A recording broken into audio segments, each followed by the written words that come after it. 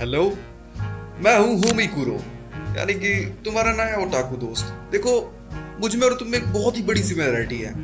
हम दोनों को एनीमे देखना बहुत पसंद है। I've got you under my skin. और इसीलिए मैं तुम्हें एक ऐसे एनीमे के बारे में बताने जा रहा हूँ जिसके बारे में अगर लोगों को नहीं पता चला ना भाई, तो गुनाह हो जाएगा सच में। एंड हाँ, आई फील दिस इज, एक सेकंड तू नीचे है, this is the most underrated anime and the GOATed anime of all time. देखो, मुझे पता है तुम लोगों ने बहुत सारे एनीमे देख रखे होंगे, मैंने भी देख रखे हैं, लेकिन आज मैं जिस गोटेड एनीमे के बारे में बात करने वाला हूँ वो है हाजिमा ने ईप्पो। यही बोलते हैं ना, हाजी में ईप्पो मैं बोलता हूँ। ये क्या एनीमे है, मतलब देखो देखो, आई नो, मैं मानता हूँ ये बहुत ही पुराना एनीमे है, बट जो इसके बैकग्राउंड म्यूजिक्स हैं, जो इसका एनिमेशन है, मुझे जितना मजा आया ना बता नहीं सकता। मतलब भाई साहब, जब मैंने इसे देखा तो मुझे लगा अगर तुम लोगों तक ये ग्रेट एनीमे नहीं पहुंच पाया तो भाई मेरे जीने का क्या मतलब है। नहीं, मजाक से हटके, एंड मैं चाहता था कि जो मजा मैंने इस एनीमे से लिया है वो तुम तक पहुंचाऊं। तो आज से मैं इस एनीमे को एक्सप्लेन करने वाला हूं ताकि तुमको फील हो कि भाई ये एनीमे है क्या। तो देखो, ये एक बॉक्सिंग एनीमे है एंड इसमें कोई भी धूम धड़ाका, बूम बाम या फिर कोई एनर्जी लेवल बूस्ट ऐसा कुछ भी नहीं दिखा रखा है। बिल्कुल स्लाइट, बिल्कुल स्लो जो उसकी ग्रोथ होती है वो दिखा रखी है, एंड इतने ब्यूटीफुली पोर्ट्रे करा है ना। अभी मैं सच बता रहा हूँ, मैंने अटैक ऑन टाइटन देख रखा है, उसका पागलपन तुम्हें पीछे वॉल पे दिख रहा होगा। मैंने बहुत सारे ग्रेट एनिमेज देख रखे हैं, but this one hits different. जो एक गुडनेस वाली वाइब आती है ना, जो मतलब जिसे, जैसे कि मूड खराब होता है, कुछ कर रहे होते हो, लाइफ में हर चीज अच्छी नहीं चल रही होती, कभी कभी अप्स एंड डाउन्स आते रहते हैं। उस टाइम जब मैं इसको देखता हूँ ना, एक सेकंड, उस टाइम में जब इसको देखता हूँ ना, मेरे दिमाग से सारी चीजें ही बाहर निकल जाती हैं। ऐसा लगता है ना कि एक अलग ही दुनिया में आ गया मैं। एंड इसका जो कैरेक्टर डेवलपमेंट होता है, तो अब सीधा एनीमे को एक्सप्लेन करना शुरू करते हैं, क्योंकि मुझे लगता है कुछ ज्यादा ही हो गया। तो हम लोग सीन देखते हैं मकाना ऊंची फिशिंग बोर्ड बिजनेस का, जो कि एक बोर्ड लगा होता है। एंड यहाँ पे जो हमारा मेन कैरेक्टर है, यानी कि ईप्पो माकाना ऊंची, उसकी मॉम जो है, उनका एक फिशिंग बोर्ड का बिजनेस होता है। एंड हाँ, सैडली ईप्पो के फादर नहीं होते हैं, तो वही अपने मॉम की मदद करा रहा होता है अपनी इस फैमिली फिशिंग बोट बिजनेस में। वो काफ़ी हैवी हैवी चीज़ें उठाता है और वो चीज़ें उठा के वो बोट तक पहुंचाता है जो भी उनके कस्टमर होते हैं। एंड फिर उनको हाय हेलो बोलने के बाद फाइनली वो घर पे आता है। एंड उसके बाद हम लोग नेक्स्ट डे देखते हैं स्कूल का सीन, जहाँ पे ईप्पो क्लासरूम में आराम से बैठा हुआ होता है। एंड यहीं पे हमें पता चलता है कि भाई इस बंदे का एक भी दोस्त नहीं है, मतलब ये बिल्कुल अकेला है, जस्ट बिकॉज ऑफ इसके घर का फिशिंग बोर्ड बिजनेस, क्योंकि हाँ वहाँ पे टाइम देना ही पड़ता है। एंड भाई अपना लौंडा होता है बहुत ही जिम्मेदार, ठीक है, मतलब कोई भी बहाने नहीं मारता। इसके बाद इसके जो कुछ नए क्लासमेट्स होते हैं, क्योंकि ये लोग नए क्लास में आए होते हैं, तो ये सबके लिए ही नया होता है, कोई एक दूसरे को उतने अच्छे से जान पहचान नहीं रहा होता है। तो वो लोग इसको ऑफर करते हैं कि हम लोग मूवी देखने जा रहे हैं, तो ईप्पो क्या तू चलेगा। ये बहुत ही एक्साइटेड हो जाता है, क्योंकि हाँ इसके बहुत ही कम दोस्त होते हैं। नहीं यार, इसके तो दोस्त ही नहीं होते, तो ये बहुत ही खुश हो जाता है कि मतलब भाई मैं चलूँ तुम लोगों के साथ, मेरे को बोल रहे हो। बोलते हैं भाई हाँ चलना है तो चल। तो बोलता है कि हाँ ठीक है मैं चलूँगा। लेकिन तभी हमारे लौंडे को याद आता है कि इसका फिशिंग बोट बिजनेस भी है। एंड सोचता है कि हाँ यार, मतलब मम्मी को अकेले ही कराना पड़ जाएगा सारा काम। तो बोलता है नहीं यार मैं नहीं जाऊँगा। मतलब देख रहे हो भाई, लौंडे की समझदारी देख रहे हो छोटी सी उम्र में। उसके बाद वही बहुत ही मुंह बना के घर जा रहा होता है, क्योंकि ऑब्वियसली भाई सबको दोस्त चाहिए होते हैं। तो ये बहुत ही उदास होकर घर जा रहा होता है। एंड तभी यहाँ पे आते हैं 3 बुलीज। अब इन तीनों में से जो सबसे बड़ा वाला है ना, मतलब जो इनका हेड है, इसको जरा याद रखना, क्योंकि ये कुछ तगड़ा कुक करने वाला है आगे जाके। ये तीनों बुलीज इसके पास आते हैं और बोलते कि ओए तो हमसे ज्यादा आगे चल रहा है, ज्यादा हीरो हो गया है क्या। तो ये बोलते हैं नहीं भाई, आप लोग आ जाओ, आप लोग आगे आ जाओ। फिर भी ये लोग इसका मजा लेते हैं। एंड जो बड़ा वाला बुली होता है, एंड ये एक लात बजा देता है ईप्पो को। ईप्पो सीधे जाके गिरता है नीचे, वहाँ पे एक ब्रिज सा होता है। एंड यहाँ पे लोग उसकी सच में लेनी शुरू कर देते हैं, मतलब लात पे लात बजाते हैं, घूसे मारते हैं। एंड उसको बोलते हैं कि यार तेरे में से ना अर्थवॉर्म की खुशबू, यार तेरे में से ना अर्थवॉर्म की बदबू आ रही है। एंड इतना बोलने के बाद वो कुछ ज्यादा ही बोल जाता है, मतलब हाँ लिमिट क्रॉस कर देता है। जो सबसे बड़ा वाला बुली होता है वो बोलता है कि यार साले तेरे में से इतनी बुरी बदबू आ रही है, तो तेरी मम्मी में से कितनी बुरी बदबू आ रही होगी। अब ये सुनने के बाद ना ईप्पो का दिमाग बहुत खराब होता है, लेकिन फिर बोलता है यार अरे यार मैं इनका क्या ही बिगाड़ सकता हूँ यार, ये तो मेरा थोबड़ा फोड़ देंगे। एंड उसके बाद फिर वो उसको पीटना शुरू करते हैं। एंड तभी यहाँ पे आता है हमारा लोंडा, ताकामोरा। ताकामोरा यहाँ से बस रोड वर्क करके जा रहा होता है, मतलब वही रनिंग करके जा रहा होता है। एंड वो देखता है कि एक छोटे से बच्चे को ये 3 सांड जैसे लौंडे परेशान कर रहे हैं भाई, और वो भी गंदी तरीके से पीटे जा रहे हैं, लात बजाया जा रहा है। उसके बाद वो नीचे उतर के आता है एंड इनको बोलता है कि मतलब यार क्या कर रहे हो यार, एक बच्चे को मार रहे हो। तो ये लोग बोलते हैं कि भाई, एंड भाई इनको पता नहीं होता कि ये बंदा कौन है, इनको पता नहीं होता सच में। लगता है मैं हाथों का ज्यादा इस्तेमाल कर रहा हूँ। और ये लोग जैसे ही ताकामोरा पे अटैक करने वाले होते हैं, वो यूज करता है कोई सी तो बॉक्सिंग की टेक्निक, या फिर मैं कहूँ अपनी स्पीड यूज करता है। एंड इनको लगता है कि यार क्या क्या यार इसने, हम तो समझ ही नहीं पाए। एंड तभी वो जब अपने शर्ट पे देखते हैं तो उनके शर्ट पे एक भी बटन नहीं होती, यानी कि ताकामोरा ने इतनी स्पीड में इनसे डॉज किया कि इनके सारे बटन निकाल लिए। अब इतना देखने के बाद सारे बुलीज की फट जाती है एंड वो वहां से भाग जाते हैं। उसके बाद ताकामोरा जाता है ईपो के पास, और भाई इसको इतना कूटा होता है ना, ये बेहोश ही हो जाता है। एंड उसके बाद जब ईपो की आंख खुलती है तो उसे बॉक्सिंग की आवाज सुनाई देती है। कहीं पे बैक्स पे कोई पंच कर रहा होता है, कहीं कोई रस्सी कूद रहा होता है, कहीं बॉक्सिंग के मैच चल रहे होते हैं। एंड जब वो ध्यान से देखता है तो उसे पता चलता है कि वो एक बॉक्सिंग जिम में है। उसे लाया कौन? यस, उसे लाया ताकामोरा, क्योंकि वो वहां पे बेहोश हो गया था। एंड जब वो उठ के देखता है तो उसकी फट जाती है कि यार ये मैं कहाँ पे हूँ यार मैं। ओके, आई नो काफी भद्दा ट्रांजिशन है, सीधे 4 दिन बाद रिकॉर्ड कर रहा हूँ, बट अपनी स्टोरी पे वापस आते हैं। तो ईपो यहाँ पे जिम में उठ चुका होता है एंड दूर ताकामोरा ट्रेनिंग कर रहा होता है। जब वो देखता है कि ईपो उठ गया तो इसके पास आता है और बोलता है कि ओए बच्चे ठीक है तू? ईपो बोलता है हाँ मैं ठीक हूँ, पर मैं हूँ कहाँ पे? एंड ताकामोरा बोलता है यार तू एक बॉक्सिंग जिम में है, इससे पहले नहीं देखा क्या तूने कभी बॉक्सिंग जिम? एंड ईपो बोलता है बॉक्सिंग जिम? तभी ताकामोरा उसको बताता है कि कैसे उसे 3 लौंडे मिलके कुत्ते की तरह पीट रहे थे एंड वो उसे वहां से बचा के लाया। अब जैसे ये चीज ईपो को रियलाइज होती है, वो ताकामोरा को थैंक यू बोलने लगता है कि मुझे बचाने के लिए आपका बहुत बहुत शुक्रिया। एंड ताकामोरा बोलता है अरे चल यार ठीक है, बस इतना हो गया, तू जा घर जा सकता है। हमारे बॉक्सिंग जिम में फर्स्ट एड की सारी चीजें पड़ी होती है, मैंने बैंडेज लगा दिए हैं, सब ठीक हो गया होगा, अब तू घर जा सकता है आराम से।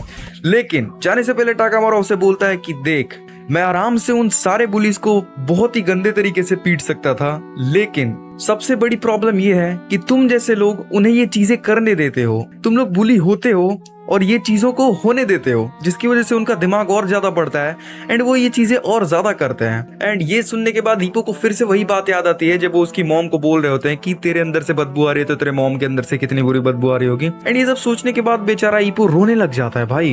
एंड रोते रोते वो ताकामोरा से बोलता है कि सॉरी मैंने तुम्हें परेशान किया, इसके लिए मुझे माफ कर दो। एंड तभी ताकामोरा बहुत ही पिस्ड ऑफ हो जाता है यार, गुस्से में होता है कि यार ये मतलब इसे समझाने का कोई फायदा नहीं हुआ, अभी भी ये रो ही रहा है। उसके बाद वो उसे बुलाता है एंड बोलता है कि अच्छा रुक, मैं कुछ करता हूँ जिससे तुझे अच्छा लगेगा। उसके बाद वो एक पेन लेता है एंड एक और पेपर पे वो जो मेन बुली होता है, जिसको मैंने बोला था तुम लोगों को याद रखना, उसकी एक पिक्चर सी बनाता है जो कि काफी गंदी बनाता है वो। एंड उसको एक पंचिंग बैग पे चिपकाने के बाद बोलता है कि चल देख ये वही बुली है। उसको थोड़ी गाली भी देता है कि देख मान ले कि ये वही हरामखोर है, वो बुली जो तुझे पीट रहा था। एंड ईपो देख के बोलता है ये वही बुली है। एंड तभी ताकामोरा इसको थोड़ा कूटता है कि साले मैं आर्टिस्ट नहीं हूँ, समझा, मैं बॉक्सर हूँ, तू बस इमेजिन कर कि ये वही बुली है। एंड उसे बोलता है चल इस पे पंच कर। ईपो बोलता है चलो ठीक है, तुम इतना बोल रहे हो तो मैं करता हूँ।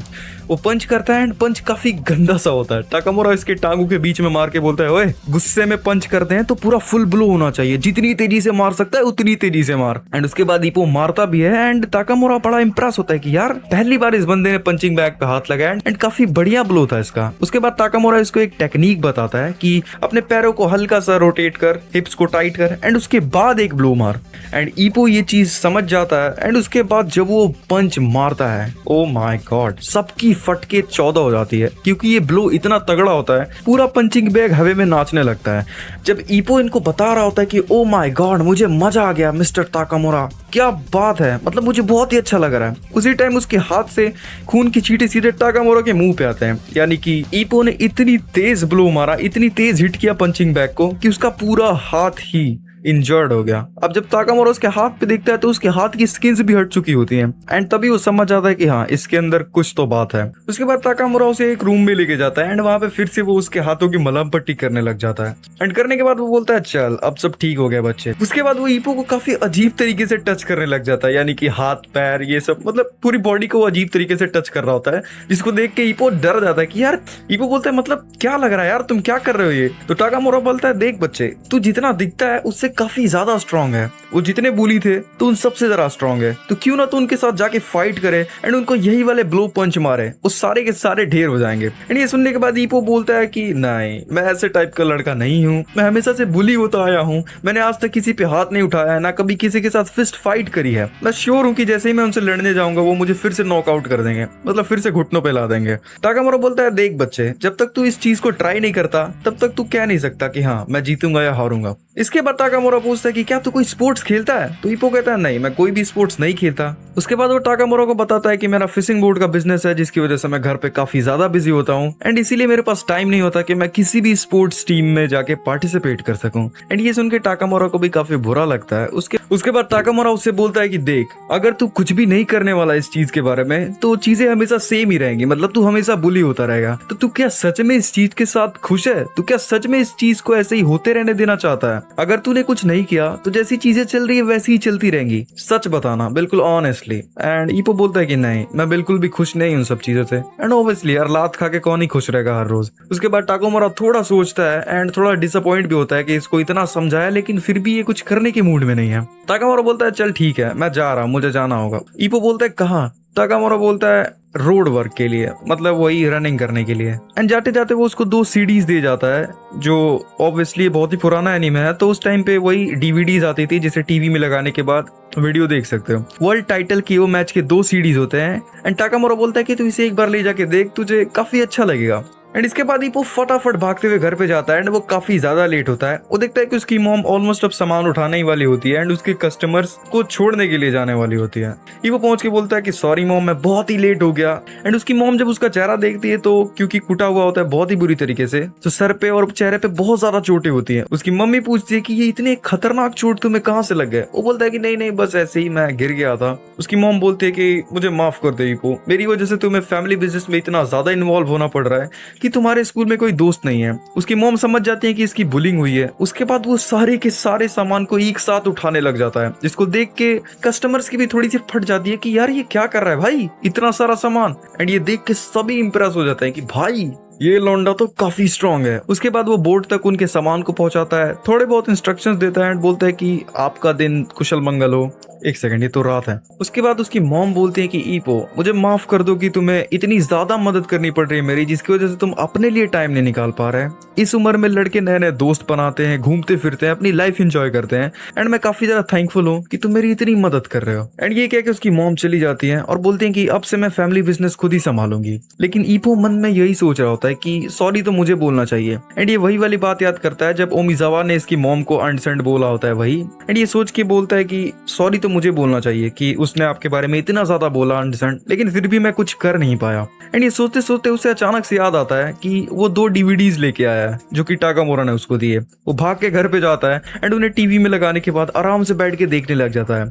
एंड वो जब बॉक्सिंग देखता है उसकी फटके 64 हो जाती है, क्योंकि जब वो ब्लोज पड़ रहे होते हैं, एक दूसरे को गंदे गंदे पंचेस पड़ रहे होते हैं, किसी का थोबड़ा फूट रहा होता है, कोई गिर रहा होता है, ये देख के ईपो की गांड फट जाती है। वो बोलता है ओ माय गॉड, इतनी खतरनाक होती है बॉक्सिंग।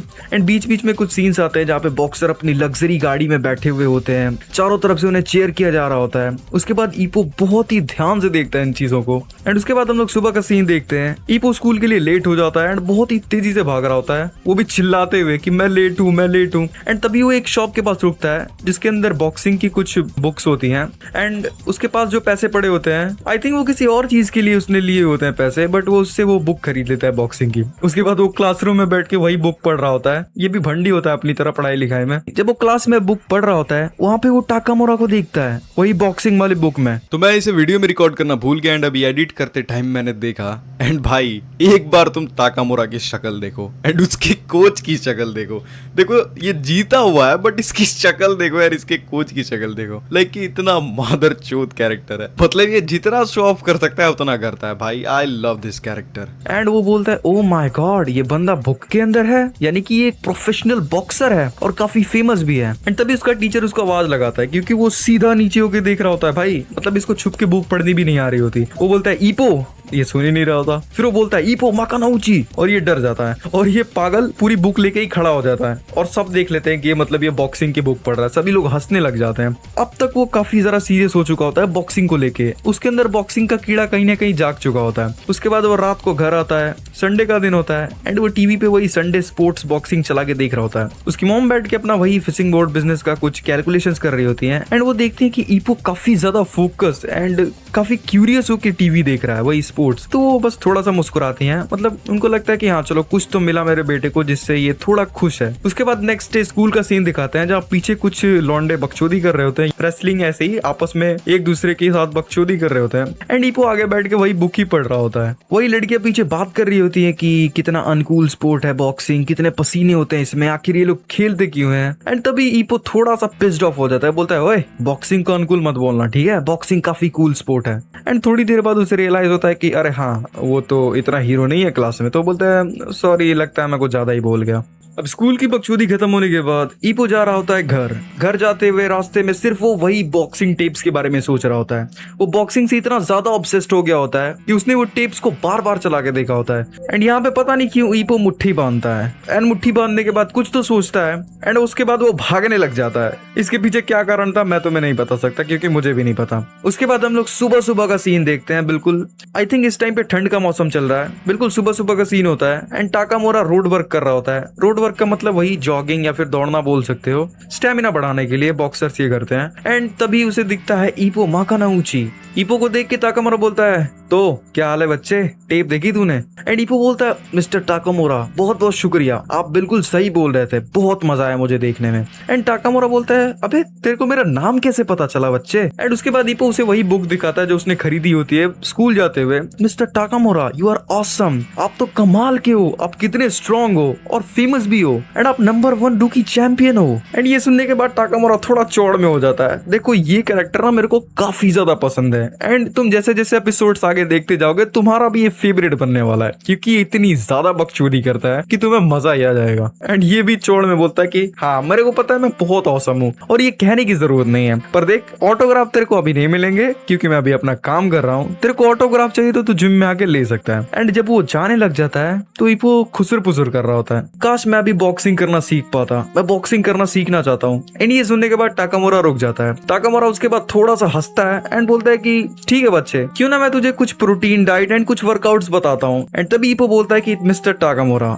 मैं इन चीजों की बात नहीं कर रहा, मैं एक प्रोफेशनल बॉक्सर बनना चाहता हूँ, I want to be a professional boxer. And ये सुनने के बाद टाकामोरा थोड़ा सा गुस्सा हो जाता है। टाकामोरा बोलता है ओए बच्चे, बॉक्सिंग खेलने की चीज नहीं है, खासकर कि तेरे जैसे छोटे बुली होने वाले लुल्ली बच्चों के लिए जो दूसरों से लात खाते रहते हैं, बॉक्सिंग उनके लिए नहीं है, ये एक बहुत ही डेडली स्पोर्ट है, समझा? एंड इसके बाद ईपो थोड़ा सा इमोशनल हो जाता है। वो बोलता है मिस्टर टाकामोरा मैं बहुत ही सीरियस हूँ इस चीज को लेके, मैंने बहुत सोचा इस बारे में, मुझे सच में एक प्रोफेशनल बॉक्सर बनना है। एंड बोलता है कि आपने भी तो बोला था कि मेरे अंदर कुछ तो स्पिरिट है। एंड इसके बाद ईपो कुछ ज्यादा इमोशनल हो जाता है, वो फिर से रोने लग जाता है। वो एक बहुत ही तगड़ी लाइन बोलता है जिसे सुनने के बाद टाकामोरा सच में पिघल जाता है। वो बोलता है कि मिस्टर टाकामोरा आप बताइए मुझे कैसा फील होता है स्ट्रांग होना, मुझे आपकी तरह स्ट्रांग होना है। टाकामोरा समझ जाता है कि हाँ बंदे के अंदर कुछ तो बात है एंड ये सच में सीरियस है बॉक्सिंग को लेके। उसके बाद टाकामोरा उसको एक पेड़ के पास ले जाता है जो कि वहीं पास में ही होता है। टाकामोरा एक लात बजाता है पेड़ के ऊपर एंड जैसे ही उसकी लीव्स नीचे गिर रही होती हैं,